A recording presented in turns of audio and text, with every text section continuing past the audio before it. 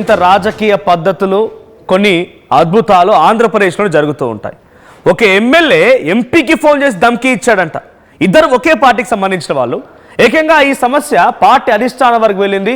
ఆయన ఆ ఎమ్మెల్యే భయపడడం లేదు. ఎవరేం చేసుకుంటారో చేసుకోండి, ఇది నా అడ్డా, ఇక్కడ నేను చెప్పింది నడవాలి, ఇక్కడ నేనే సీఎం నేనే పీఎం అన్నట్టుగా ఆ ఎమ్మెల్యే తీరు కనబడుతోందట.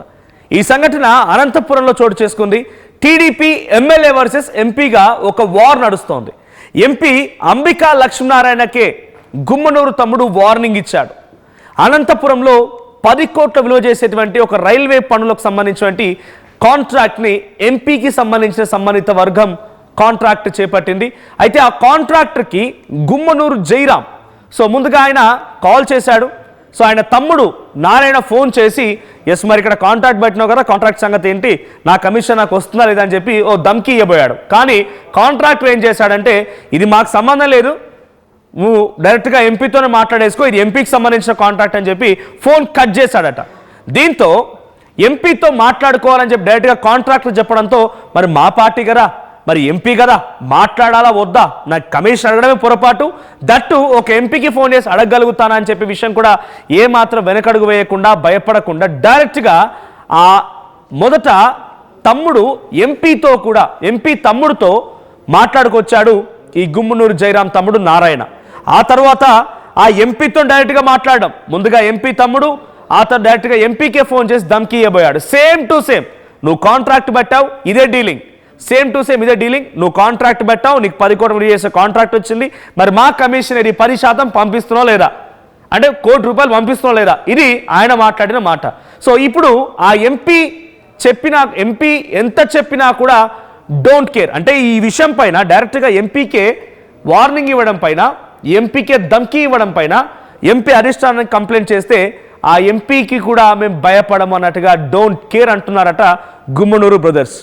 టీడీపీ అధిష్టానానికి కంప్లైంట్ చేసినా పట్టించుకోము, ఇక్కడ మా అడ్డా, మేము చెప్పింది నడుస్తుంది, మీరు ఎవరు చెప్పినా వినమేము, మేము చెప్పిన దానికి ఒప్పుకొని మీరు ఓకే అని తలూపి మాకు రావాల్సిన కమిషన్ ఇస్తేనేమో ఓకే, లేదనంటే కాంట్రాక్ట్ అప్పజెప్పాలి.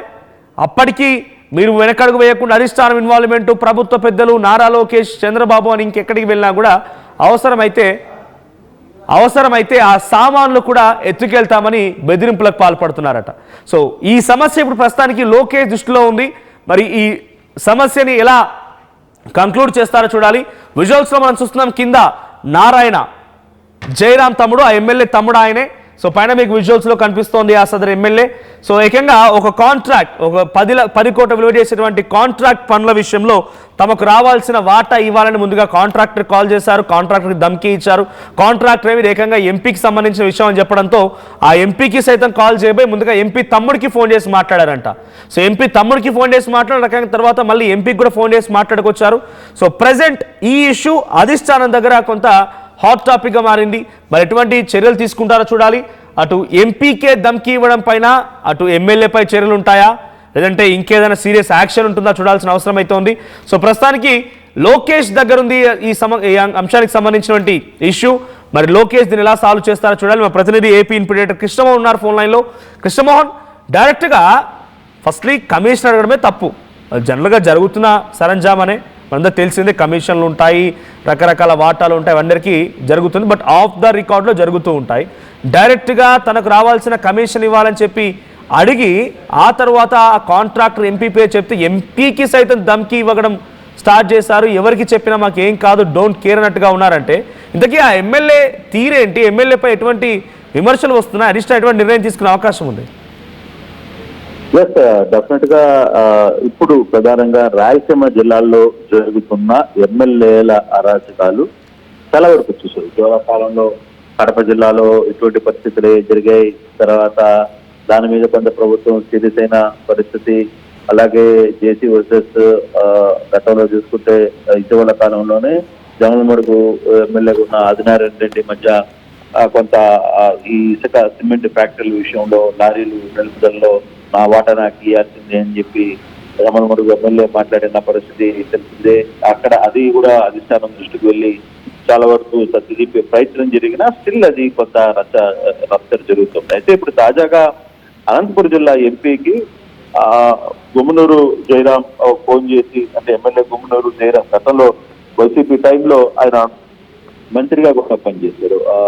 జయరాం సోదరుడు నారాయణ ఫోన్ చేయడం పూర్తిగా కూడా ఒక రకంగా ఏంటంటే, నువ్వు ఇష్టమైతే నువ్వు ఇక్కడ పని చేయాలి అంటే, అసలు బేసిక్ గా ఎంపీకి సంబంధించిన వాళ్ళకి సంబంధించిన ఒక contract, railway contract, central government సంబంధించిన కాంట్రాక్ట్ వాళ్ళు చేస్తూ ఉంటారు. వాళ్ళకి సంబంధించి వాళ్ళు వర్క్ చేయాలి, నా పరిధిలో చేయాలంటే నాకు ఇవ్వాల్సిన 10% కమిషన్ ఇవ్వాల్సిందే అని చెప్పి ఒక మాట్లాడిన పరిస్థితి. మొదట గుమ్మనూరు జయరాం తరఫున తన సోదరుడు జయరాం ఇద్దరు ఆ కంపెనీకి ఫోన్ చేసి మాకు రావాల్సిన పర్సెంటేజ్ మాకు చేయండి అని చెప్పారు. ఇది ఎంపీకి తెలిసిన తర్వాత, అంబికాకి లక్ష్మీనారాయణకి తెలిసిన తర్వాత అతను ఏకంగా దీన్ని సీఎంఓ దృష్టిలో పెట్టే ప్రయత్నం చేశారు. తర్వాత అది నారా లోకేష్ దృష్టికి వచ్చింది.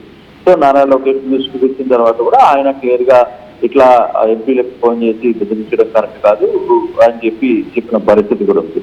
అయితే వెంటనే అది హెచ్చరించిన తర్వాత కూడా గుమ్మనూరు జయరాం ఎక్కడ సకల తన సోదరుల చేత మరోసారి ఫోన్ చేసి, నువ్వు అధిష్టానానికి చెప్పుకున్నా మాకేమీ అంత ఫరక్ పడదు, మేమేమి ఇబ్బందులు పడే పరిస్థితుల్లో లేము, ఇక్కడ మేమే అధిష్టానం, పార్టీ అధిష్టానానికి ఫిర్యాదు చేస్తే మేమేమన్నా భయపడాలా ఏంటి అని చెప్పి మాట్లాడిన పరిస్థితి. సో ఏకంగా ఎంపీనే ఫోన్ చేసి, నువ్వు అధిష్టానాన్ని చెప్పుకున్నా లేకపోతే ఇంకొకరికి చెప్పుకున్నా మేమేమి భయపడేది లేదు అంటూ ఎమ్మెల్యే తమ్ముడు ఏకంగా ఎంపీని బెదిరించిన పరిస్థితి. పైపులకి అంటే 10 కోట్ల రూపాయలకు సంబంధించిన పైప్ లైన్ టెండర్ తెచ్చుకున్న నేపథ్యంలో దానికి సంబంధించిన 10% అంటే ₹1 మాకు ఇవ్వాల్సింది. స్థానిక ఎమ్మెల్యే ఆ గుత్తేదారుకి అంటే ఎవరైతే కాంట్రాక్ట్ ఫోన్ చేసి ఖచ్చితంగా లేకపోతే ఒక్క నిమిషం కూడా నువ్వు ఇక్కడ పని చేయలేవు అని చెప్పిన నేపథ్యం. అయితే ప్రస్తుతం ఈ వ్యవహారం నారా లోకేష్ చూస్తున్నారు. రాబోయే రోజుల్లో ఇది ఎలా ఉండబోతుంది, ఈ సమస్యకు పరిష్కారం జరగబోతుందా, 1-2 రోజుల్లోనే ఈ వ్యవహారం క్లోజ్ అయ్యే పరిస్థితి ఉందా లేదా అనేది కూడా చూడాల్సిన పరిస్థితి కనపడుతుంది. అయితే ఇప్పటి వరకు జనరల్ గా ఒక పార్లమెంట్ స్థాయి పనిచేసేటువంటి ఎంపీకి ఎమ్మెల్యే అంటే ఒక ప్రోటోకాల్ ప్రకారంగా నియోజకవర్గ స్థాయి వరకు ఎమ్మెల్యే పనిచేస్తాడు. కానీ 7 నియోజకవర్గాల్లో ఎంపీగా ఒక ఎంపీ ఉంటాడు. ప్రోటోకాల్ కోసమైనా రెస్పెక్ట్ ఇవ్వాల్సింది కదా, ఎంపీ కదా ఆయనకి ఫోన్ చేసి నువ్వు చేసే కాంట్రాక్ట్లో డబ్బులు ఇవ్వడం అడగడం అని అంటే అది డెఫినెట్గా ఇట్స్ డేరింగ్ ఫీట్ అనాలి. సో గతంలో కూడా ఇటువంటి ఆరోపణలు ఉన్నాయా ఆ సదరు ఎమ్మెల్యేపై కానీ ఎమ్మెల్యే బ్రదర్స్ పైన కానీ?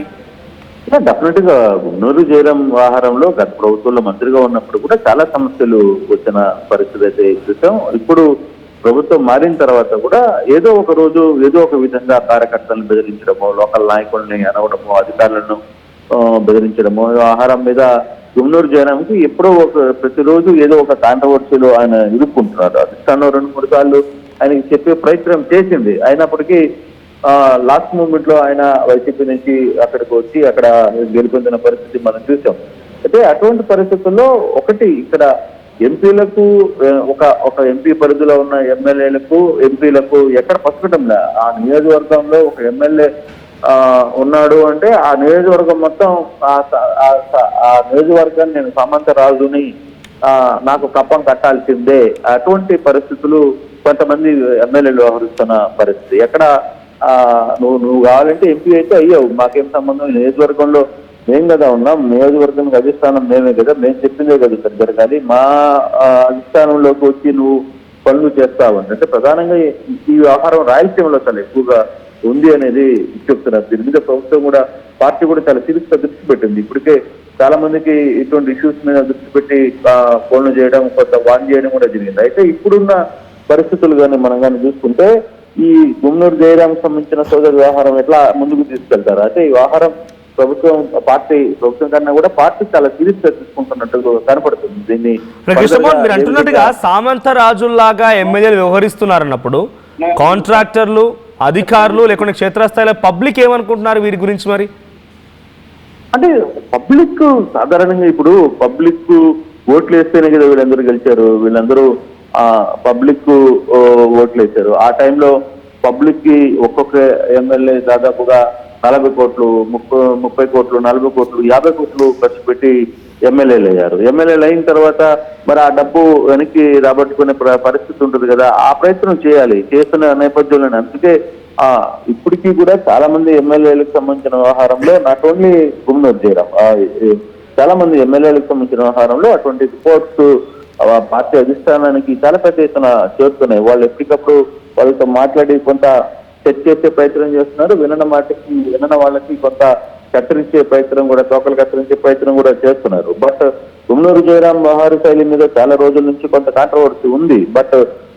ఇప్పుడు కొంత సైలెంట్ గా అనిపించినా ఈ డబ్బు వ్యవహారంలో ఎక్కడ ఎవరు తగ్గే పరిస్థితి అయితే కనపడ్డం లేదు. సో ఈ యాంగిల్లో రాబోయే రోజుల్లో ఎలా ఉంటుంది అనేది చూడాలి. ఇప్పుడున్న పరిస్థితుల్లో గుమ్మనూరు జయరాం ఏ విధంగా రియాక్ట్ అవుతారు, లేదు ప్రభుత్వం పార్టీ ప్రధానంగా పార్టీ వ్యవహారాన్ని ఎలా చూస్తుంది. పార్టీ ఈరోజు సాయంత్రం కూడా చంద్రబాబు పార్టీ ఆఫీస్ కి వెళ్తున్నారు. ఇక్కడ ఈ డిస్కషన్ వస్తుంది అని ఒక సమాచారం ఉంది. సో ఈ డిస్కషన్ లో ఏం జరగబోతుంది అనేది కొంత చూడాల్సిన పరిస్థితి అయితే ఉంది. కొంత కంట్రోల్ చేసే ప్రయత్నం చేస్తారా, లేకపోతే పిలిచి మాట్లాడి ఇట్లాంటి కుదరదు అని చెప్పే ప్రయత్నం చేస్తారా? ఎందుకంటే కుటుంబ ప్రభుత్వంలో, చంద్రబాబు ప్రభుత్వంలో కొంత స్టైల్ ఆఫ్ వర్కింగ్ డిఫరెంట్ గా ఉంటుంది ఎమ్మెల్యేలకి.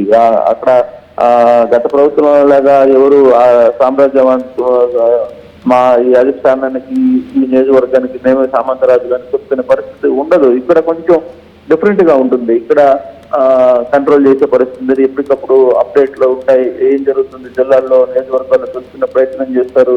చాలా మంది ఎమ్మెల్యేలకు కూడా కొంత గ్యాప్ నడుస్తోంది.